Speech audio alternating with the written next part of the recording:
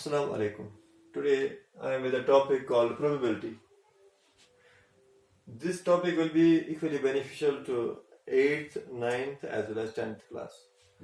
As we have in 8th class exercise 5.3, that's probability. In 9th and 10th class we have the last unit of their mathematics book, probability. So this lecture will be for all the three classes, 8th, 9th and 10th. Probability, starting with the word probability, ये word जो है ये हम अक्सर use करते हैं. Probably this will happen or that will happen. Probably या chance. Probability means chance, यानी कि ये हो सकता है या नहीं हो सकता है. Probably it will rain today और probably this will happen. कोई चीज को होने का हम जब कहते हैं कि हो सकता है, हो भी सकता है या नहीं भी हो सकता है, जब ये चांस हम दिखाते हैं दैट इज प्रोबेबिलिटी. और ये चांस जो है बहुत सारी चीजों में हम देखते हैं डे टू डे लाइफ में. Like I will take some main examples. Like in a cricket match और फुटबॉल मैच, जब दो कैप्टन टॉस करते हैं, so there are probabilities like it will be head और टेल. जब हम या जब लूडो खेलते हैं, सांप सीढ़ी, जिसमें वो डाइस यूज होता है, एक छोटा क्यूब होता है जिसके 6 फेसेस होते हैं, 6 फेस जो है 1 to 6 नंबर्स लिखे होते हैं. सो वो भी उसमें भी चांस होता है 1 2 3 4 और 5 6 आने का. तो ऐसी बहुत सारी चीजें और भी हैं. लाइक अगर धूप है तो जब अगर हमें लगता है थोड़ी बहुत बादल है तो हम ये कह सकते हैं शायद शाम तक बारिश हो जाए. या अगर बारिश हो रही है फिर हमें लगता है कि बादल कम हो रहे हैं तो हम कहते हैं शायद धूप आ जाए. सो ये सब प्रोबेबिलिटी में आ जाता है. हम क्योंकि चांस हम बता रहे हैं, चांस होने के या ना होने के चांस होते हैं. So this will all show the probability of things to happen. लेकिन यहां पर जो हम प्रोबेबिलिटी पढ़ने जा रहे हैं, जिसमें हम इसको समझेंगे इसकी टर्म्स के लिहाज से, जो टर्म्स इसमें यूज होती हैं. तो सबसे पहले हम कुछ खास टर्म्स के बारे में बात करेंगे. Like experiment.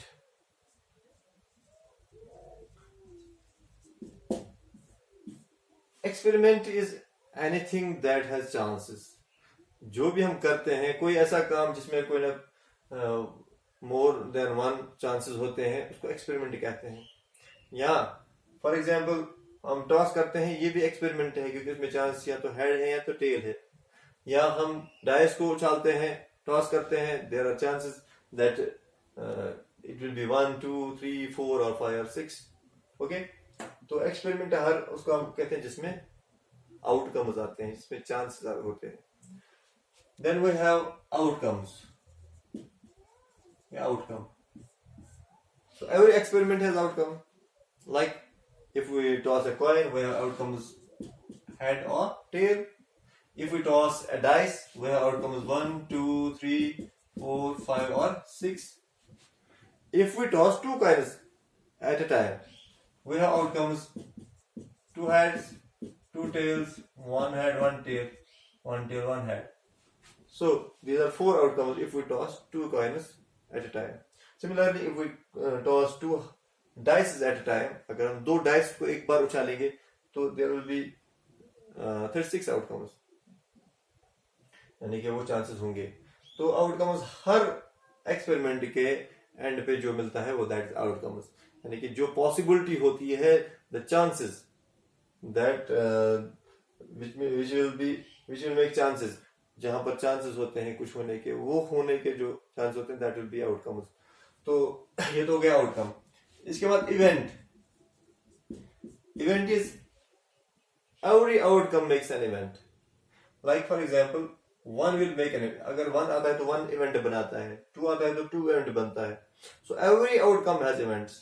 सिमिलरली जब हम 1 to 6 को छोड़ के और भी बातें इसमें आ जाती हैं. फॉर एग्जांपल अगर हम 1 3 5 को लेंगे, so these are odd numbers here, so odd will make an event. 2, 4, 6 are even will make an event. Like 2, 3, 5 are prime will make an event. 4 and 6 are composite भी event बन जाएगा. Okay, so ये तो हो गया event. एक और term है इसमें, बहुत खास टर्म है, equally likely. Equally likely हम तब कहते हैं when you have the outcomes that have equal chances. Outcomes जब equal chances होते हैं outcomes के, like in this coin and dice, you have equal chances of getting head or tail from a coin. You have equal chances of getting any of the 6 numbers from tossing a dice. जब equal chances होते हैं, बराबर 50-50 chances होते हैं हर एक outcome के, तो तब हम कहते हैं इक्वली लाइकली. अब ऐसे भी फॉर एग्जांपल हमारे पास ऐसे भी मौके होते हैं जहां पर किसी एक्सपेरिमेंट में इक्वल चांसेस नहीं होते हैं. मैं एग्जांपल्स बताता हूं. फॉर एग्जांपल हमारे बैग में जो है there are 10 balls where you have 5 red balls, you have 3 blue balls and you have 2 green balls. अगर हम बैग में हाथ डालेंगे और विदाउट लुकिंग इनटू इट हम एक बॉल निकालेंगे रैंडमली, तो अब यहाँ पर तो हम जाहिर है कि हम बता सकते हैं कि ज्यादा चांसेस किसके हैं, रेड के, उससे कम किसके हैं, ब्लू के, और उससे कम किसके हैं, ग्रीन के. तो यहाँ पर इक्वल चांसेस नहीं है. Red has more chances than blue and green.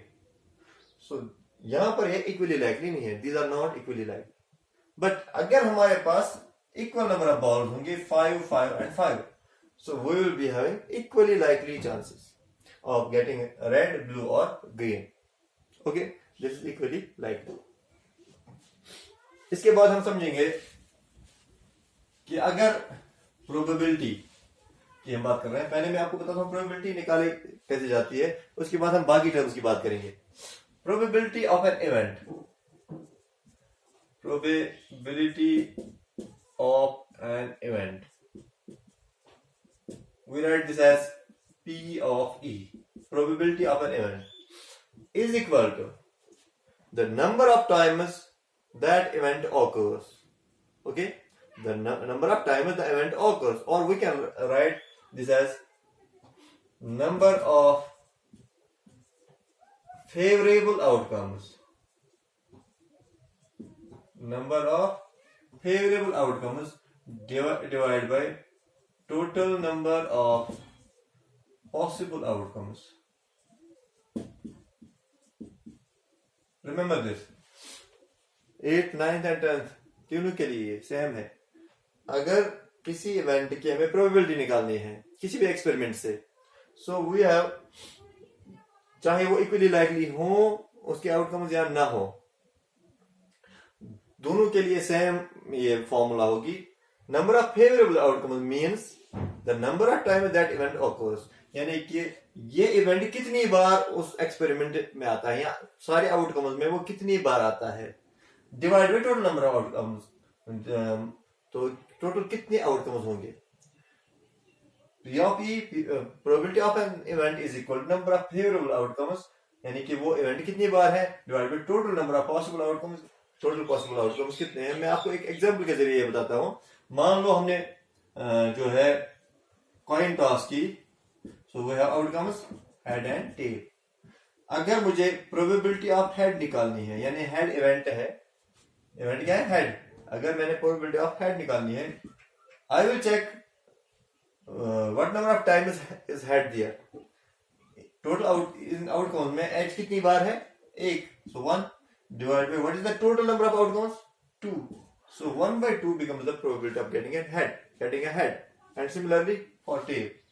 और इसी तरीके से अगर हम डाइस की बात करें 1, 2, 3, 4, 5 and 6, अगर मैं लिखूं the probability of getting 3, मैं क्या चेक करूंगा कि ये 3 कितनी बार है. Favourable outcome means number of 3, ये जो आपका आउटकम, ये जो इवेंट है, ये कितनी बार है, the number of times that event occurs. तो ये एक ही बार है, तो 1 divided total number of outcomes कितने हैं, 6, so only 6. एक और एग्जांपल लेते हैं. इसी में for example probability of getting an odd number, so odd number क्या बन गया, event. You will see what are the number of odd numbers there. So 1 is an odd number, 3 and 5. So there are total 3 odd numbers. So that means your favorable outcomes are 3 divided by total number of outcomes 6 है. So 3 by 6 is the probability of getting an odd number. Similarly for an even number, prime, composite, anything you can find out. Okay. So you will remember this.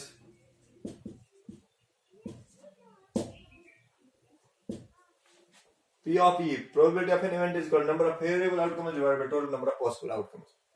Okay, let's move ahead. For example, there is a term called not event. Not event. You can write this as not E also. You can write this as E bar also. Not event, not event, not event, इसका तीनों का मतलब एक ही है. अब ये जो है इसका मतलब क्या होता है, मैं आपको एग्जांपल के जरिए समझाता हूं. यही मैं जैसे मैंने अभी बॉल्स की एग्जांपल ली थी, वैसे ही मान लो कि हमारे पास we have 5 red balls, we have 4 green balls and we have 3 blue balls in a bag. एक ही साइज के 3 कलर के कितने 5 रेड, 4 ग्रीन और 3 ब्लू बॉल्स हैं बैग में. और विदाउट लुकिंग इनटू इट, देखे बिना हम रैंडमली एक बॉल निकालते हैं तो प्रोबेबिलिटी क्या बनेगी. तो अगर मैं प्रोबेबिलिटी ऑफ रेड निकालूं, तो प्रोबेबिलिटी ऑफ रेड क्या निकलेगी, रेड इवेंट बन गया. तो प्रोबेबिलिटी ऑफ मैं देखूंगा कि फेवरेबल आउटकम्स कितने हैं, that is how many times red is there, it is 5 times. So 5 divided by what is the total number of balls, 5 plus 4 is 9, 9 plus 3 is 12. Okay, 5 divided by 12 is the probability of getting a red. लेकिन अगर मैं इसी में आपको ये बताइए probability of not red, और I will write this as P of R के ऊपर बार. तो ये कितना होगा, not red means except red, whatever is there find the probability of that. यानी कि जो रेड के बगैर वहां पर है उन सब की प्रोबेबिलिटी निकालनी है हमें. तो दैट इज रेड के बगैर है ग्रीन एंड ब्लू, इनको ऐड करना है हमें. तो ग्रीन है 4, ब्लू है 3, 4 plus 3 is 7. So this will be 7 divided by 12. Total 12 है. So the probability of not red is 7 by 12. Probability of red is 5 by 12. So this is what it means. Not event means the chance that is the outcome that is event. आपको दिखना है कि जो remaining outcomes हैं that will be not event, और आपको उसी की प्रोबेबिलिटी निकालनी है. Okay, so event and not event. अब इवेंट और नॉट इवेंट में आपको याद रखना है, देयर इज अ फॉर्मूला, एक छोटी सी फॉर्मूला बनती है, probability of an event plus probability of not event is equal to 1. ये ऑब्जेक्टिव के तौर पे आप याद रखोगे, probability of an event plus probability of not event is equal to 1. ये आप इसी एग्जांपल से देख सकते हो.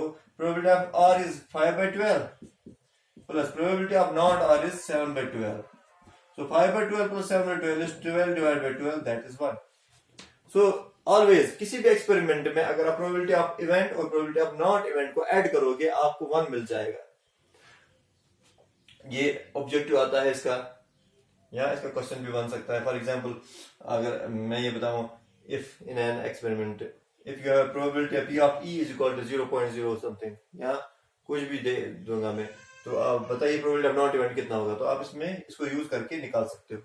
ओके, अब यहाँ पर एक दो बातें जो आपको और याद रखनी है, इंपॉर्टेंट चीजें हैं, वो ये है कि अगर हम देखें what is the range of probability, probability कितनी ज्यादा हो सकती है, कितनी कम हो सकती है.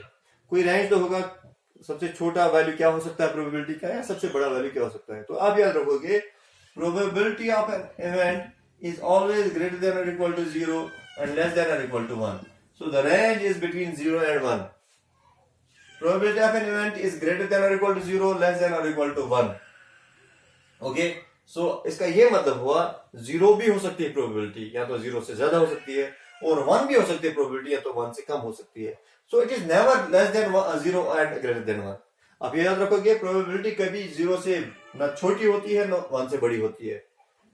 प्रोबेबिलिटी कितनी होती है टोटल, जो भी हम प्रोबेबिलिटी निकालेंगे दैट विल बी, किसी भी इवेंट की, किसी भी एक्सपेरिमेंट में किसी भी इवेंट की प्रोबेबिलिटी निकालोगे तो वो 0 या 0 से बड़ी होगी, 1 या 1 से छोटी होगी, ना तो 1 से कभी बड़ी होगी ना तो 0 से कभी छोटी होगी। ओके, ये आप कितनी भी एग्जांपल दोगे, जैसे मैंने आपको बताया कि कैसे निकालते हैं, आप कितनी भी एग्जांपल दोगे आपको ये मिलेगा, या तो 0 से बड़ा या 1 या 1 से छोटा। अब यहाँ पर दो जो एक्सट्रीम्स हैं 0 एंड 1, इसका मतलब मैं आपको समझाता हूँ। 0 एंड 1, 0 कब होती है और 1 कब होती है? अक्सर आप देखोगे 0 और 1 के बीच में होती है, 0 पॉइंट समथिंग। लेकिन 0 कब होती है, ये एक्सट्रीम कंडीशंस है। 0 तब होती है जब जो है ये इम्पॉसिबल इवेंट होता है। This is called as impossible event. Impossible event की प्रोबेबिलिटी 0 होती है। Impossible event means, for example, अगर डाइस है 1 2 3 4 5 6 जिसके आउटकम्स हैं, अगर मैं इसमें आपको पूछूं बताइए प्रोबेबिलिटी ऑफ 7 क्या है, प्रोबेबिलिटी ऑफ 7 क्या है, तो आपको क्या ढूंढना है, नंबर ऑफ फेवरेबल आउटकम्स, यानी कि 7 कितनी बार है इसमें, तो 7 है कोई यहाँ पर, 7 तो है ही नहीं, दैट मीन 7 0 टाइम्स है, divide bye 6 that is total outcomes, तो 0 by 6 is 0, so probability of 7 becomes 0 because 7 is an impossible event जो कि पॉसिबल है ही नहीं एक डाइस में। so 0 यानी कि इसका जो प्रोबेबिलिटी 0 कब हो सकती है, जब इम्पॉसिबल इवेंट हो, यानी कि जब वो इवेंट हो ही ना उसमें जिसकी हम प्रोबेबिलिटी निकाल रहे हैं। ओके, सिमिलरली 1 कब होगी, 1 तब होगी when you have a sure event or certain event।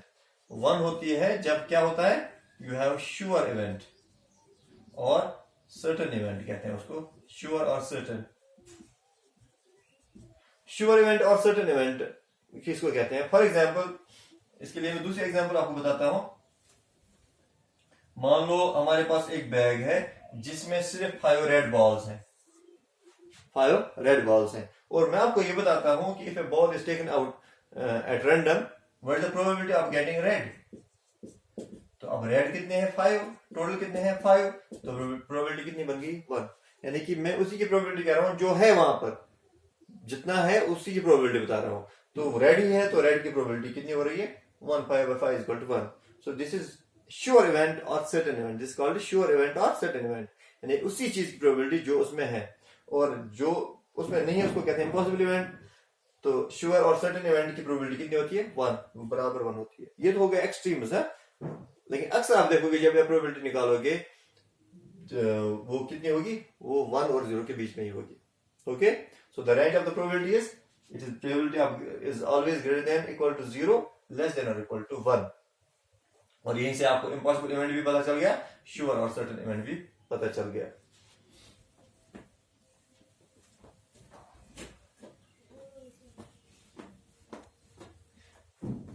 तो अब आप किसी भी चीज की प्रोबेबिलिटी निकाल सकते हो यूजिंग द फॉर्मूला। आपको कोई भी क्वेश्चन पूछा जाएगा, आप फॉर्मूला यूज करके बता सकते हो। चाहे ये स्पिनिंग द व्हील हो, फॉर एग्जांपल हमारे पास कोई व्हील होता है, वो आपने देखा होगा कभी कभी किसी जगह व्हील होता है, व्हील में एक पॉइंटर होता है, और पॉइंटर इसमें व्हील में कुछ नंबर्स लिखे होते हैं, जैसे 1 2 3 4 5 6 7 फॉर एग्जाम्पल, और ये घुमाया जाता है, फिर ये पॉइंटर जिस नंबर पे रुकेगा वही जीतेगा। फॉर एग्जाम्पल कोई कहता है कि ये 2 पे आएगा, तो 2 पे आ जाता है, वो 2 वाला जीत जाता है। सो यहाँ पर भी प्रोबेबिलिटी बन जाती है। तो जब आप इसको घुमाओगे तो प्रोबेबिलिटी बनती है, सब और सब की प्रोबेबिलिटी यहाँ पर भी इक्वली लाइकली है। तो आप बता सकते हो कि for example what is the probability of getting a 6, that is 1 divided by कितने टोटल 7। सो ये ऐसे इस टाइप के भी प्रोबेबिलिटीज आपको आ सकती है। लेकिन आप कोई भी प्रोबेबिलिटी निकाल सकते हो अभी, लेकिन मुझे एक चीज का और डिस्कस करना पड़ेगा, क्योंकि अक्सर उस बारे में बहुत कम लोग जानते हैं। It is about playing cards. Playing cards, जिनको ताश भी कहा जाता है, ताश के पत्ते जो होते हैं प्लेइंग कार्ड्स कहते हैं उनको। उस बारे में अक्सर क्वेश्चन आता है, खासकर 10th क्लास की बात करूंगा मैं। इनके बारे में क्वेश्चन आता है, अक्सर क्वेश्चन आता है, maximum number of times playing cards के बारे में क्वेश्चन आता है, और बहुत कम लोग जानते हैं कि इसमें होता क्या क्या है, इसलिए मुझे ये डिस्कस करना जरूरी है, और इसके साथ मैं एंड करूंगा क्लास। और ये प्लेइंग कार्ड्स में आपको सिर्फ याद रखना होगा कि जो मैं नाम बताऊंगा इसमें और ये जो डिटेल बताऊंगा ये आपको याद रखनी होगी, फिर आप इसके भी किसी भी क्वेश्चन का आंसर दे सकते हो। सबसे पहली बात तो ये है the total number of playing cards, एक उस गुच्छे में, एक उस बॉक्स में total number of playing cards होते हैं 52 जिनसे खेला जाता है। There are 52 playing cards and जो 52 प्लेइंग कार्ड्स है वो 4 ग्रुप्स में डिवाइड होते हैं, speed, clubs, hearts and fourth one is diamonds. ये 4 ग्रुप बने हैं, इसमें spade, clubs, hearts and diamonds. ये 52 के 4 ग्रुप्स में डिवाइड किया गया इन 52 कार्ड्स को, spade, clubs, hearts and diamonds. ये जो दो मैंने स्पेड और क्लब्स लिखे ऊपर, ये ब्लैक होते हैं कलर में, इनका कलर क्या होता है? ब्लैक, और इनका कलर होता है रेड। डायमंड्स और हार्ट्स का कलर कितना कैसा होता है? रेड। और फिर इनकी अपनी अपनी पहचान भी होती है, सिंबल्स होते हैं जिससे पहचाने जाते हैं, लेकिन उससे आपको लेना देना नहीं है, फिर भी मैं आपको बताता हूं। दिस इज लाइक दिस, एक लीफ जैसा होता है, क्लब्स ऐसे होते हैं, चेरीज में बनी होती हैं, और हार्ट जो है ऐसे हार्ट की तरह ही होता है, डायमंड ऐसे होता है। तो इनकी अपनी अपनी सिंबल्स होती हैं पहचान करने के लिए कि कौन सा क्या है। बाकी इन दोनों का कलर ब्लैक होता है, इन दोनों का कलर रेड होता है। अब मैं आपको बताता हूं कि हर एक ग्रुप में होता क्या है। हर एक ग्रुप में एक ही सीरीज होती है कार्ड्स की, एक ही सीरीज, सिवाय सिंबल्स के अलग होते हैं और कलर अलग होता है। तो वो क्या होती है? सीरीज क्या है? 1 से शुरू होता है, 1 2 3 4 5 6 7 8 9 10 10 तक तो नंबरिंग होती है, 10 तक नंबरिंग होती है।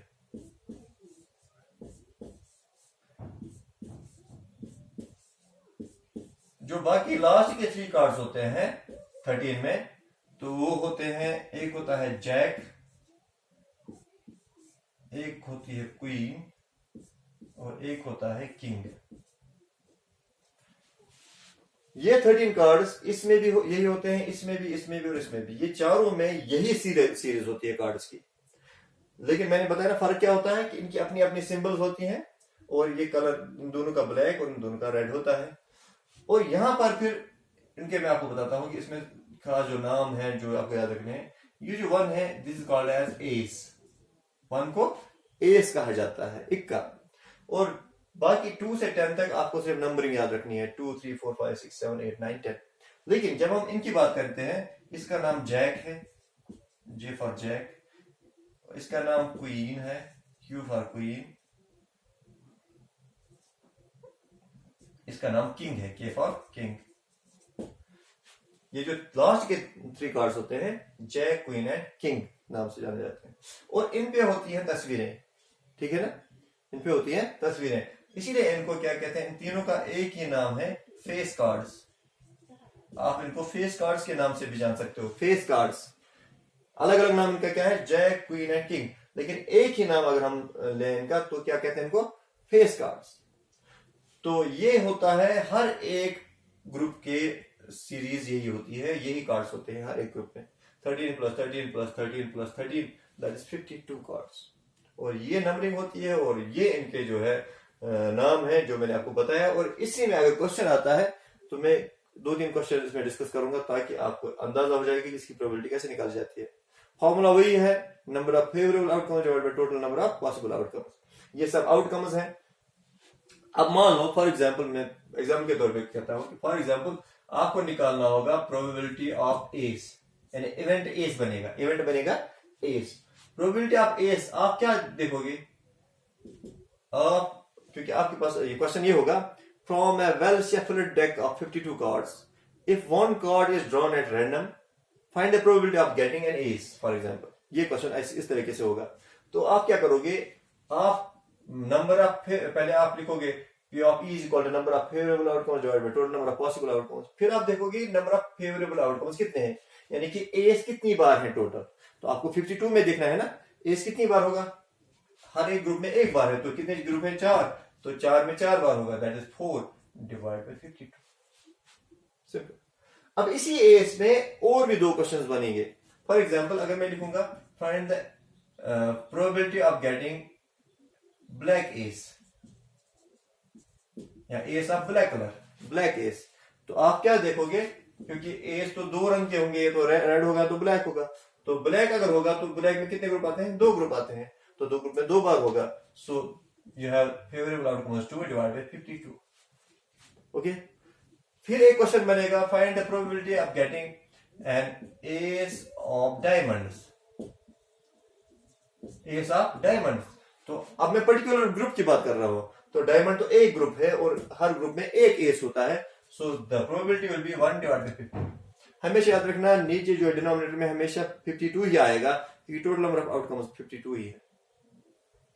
तो ये तो हो गया सिर्फ एक एस की बात मैंने की। इसी तरीके से इसमें बहुत सारे क्वेश्चंस बनेंगे।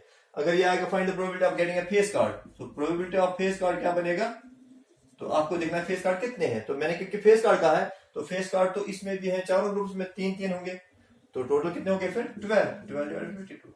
इसमें फिर क्वेश्चन बनेगा find the probability of getting a face card of red या रेड फेस कार्ड, तो आप क्या करोगे, रेड में देखो कितने 3 + 3 6 6 डिवाइडेड बाय 52।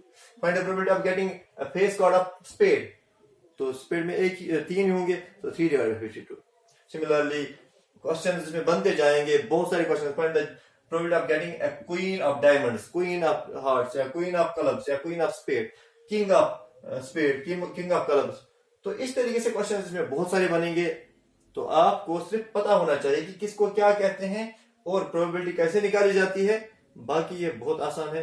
तो जितना मैंने आपको बताया, अगर आप ये याद रखोगे, अगर आप ये नोट करोगे, सो आप किसी भी क्वेश्चन का आंसर दे सकते हो, चाहे वो 8th क्लास का है, चाहे वो 9th क्लास का है, चाहे वो 10th क्लास का है।